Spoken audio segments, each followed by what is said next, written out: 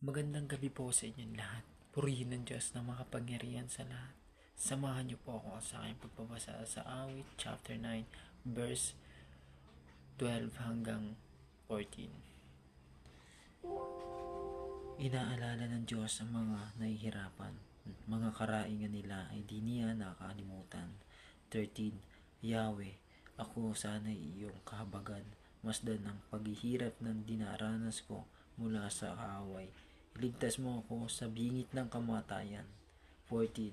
Upang sa harapan ng lungsod ng Sayon, aking isalaysay dahil sa iyong pagliligtas, papuri ko'y ibibigay. Amen. Purihin ng Diyos na makapangyarihan sa lahat.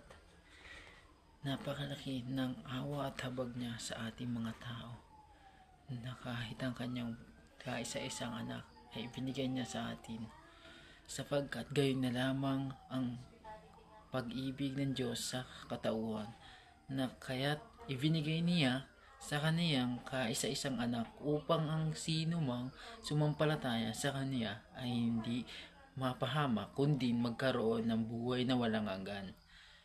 Isinugo ng Diyos ang kaniyang anak hindi upang hatulan ng parusa ang sanlibutan, kundi upang iligtas ito sa pamamagitan niya. Napakadakila at napakapangyarihan ng Diyos, na kahit ang kanyang kanyang anak ay ibinigay niya sa atin upang tayo ay maligtas at hindi mapahamak. Amen.